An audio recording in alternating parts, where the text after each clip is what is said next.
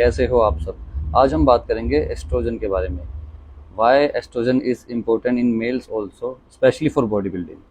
ठीक है, सबसे पहले हमारी मसल ग्रोथ और रिकवरी। अगर आपकी बॉडी में एस्ट्रोजन लो होगा तो आपकी मसल ग्रोथ और रिकवरी दोनों ही स्लो हो जाएगी। दूसरा पॉइंट है हमारा जॉइंट्स एंड टेंडन का प्रोटेक्शन। अगर आपकी बॉडी में एस्ट्रोजन कम होगा, स्पेशली जब हम कटिंग साइकिल पर होते हैं तो हमें कुछ साल्ट्स यूज़ करने पड़ते हैं जिसकी वजह से एस्ट्रोजन काफ़ी लो चला जाता है। तो उन लोगों को क्या प्रॉब्लम होती है, जॉइंट पेन, उनके जॉइंट्स थोड़े वीक हो जाते हैं, हैवी लिफ्ट करने में उनको दिक्कत होती है। दूसरा, आपकी टेंडन की स्ट्रेंथ के लिए जो है एस्ट्रोजन बहुत ज़रूरी है।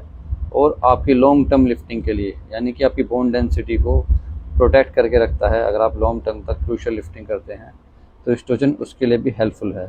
तीसरा, आपका ग्लाइकोजन रिफिल। तो जो एस्ट्रोजन होता है वो आपकी ग्लूकोज को अप रखता है। ग्लाइकोजन रिफिल जो है वो प्रोसेस फास्ट होता है जिससे आप वर्कआउट में ज़्यादा एनर्जी यूज़ कर सकते हैं आपकी लिफ्ट्स के लिए। चौथा, आपको जो है टेस्टोस्टेरोन और एस्ट्रोजन का बैलेंस बॉडी में होना बहुत ज़रूरी है।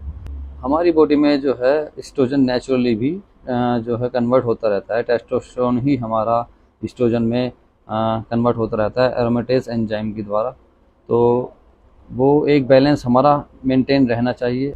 अगर आपका बॉडी में टेस्टोस्टेरोन होने के बावजूद एस्ट्रोजन अगर कम है तो आपको प्रॉब्लम्स हो सकती है। आपका लिबिडो क्रैश हो सकता है, आपकी बोन डेंसिटी, जॉइंट पेन आपको फील हो सकता है। आपको जो है अगर आप वर्कआउट करते हैं तो आपकी लिफ्ट जो है वीक हो सकती हैं। चौथा, आपकी जो रिकवरी वो स्लो हो जाएगी क्योंकि हमारी बॉडी में जो नेचुरल ग्रोथ हार्मोन प्रोडक्शन होता है या फिर हम बाहर से ग्रोथ हार्मोन इंजेक्ट करते हैं, एस्ट्रोजन ग्रोथ हार्मोन को आईजीएफ में कन्वर्ट करने के लिए बहुत ज़रूरी है। आईजीएफ होता है आपका इंसुलिन लाइक ग्रोथ फैक्टर, जो आपकी मसल ग्रोथ को जो है एनहेंस करता है। तो अब हम बात करते हैं अपने एस्ट्रोजन को हम किस तरह से बैलेंस रख सकते हैं। सबसे पहले, अगर आप ऑन साइकिल हैं, जो बॉडी बिल्डर्स हैं, बहुत सारे लोगों को ये नहीं पता होता कि एस्ट्रोजन भी उनके लिए उतना ही ज़रूरी है जितना टेस्टोस्टेरोन।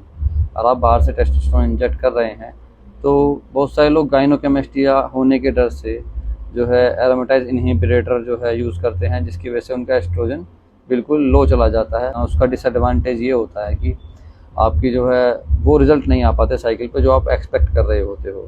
तो एस्ट्रोजन लो होने की वजह से वो हो सकता है।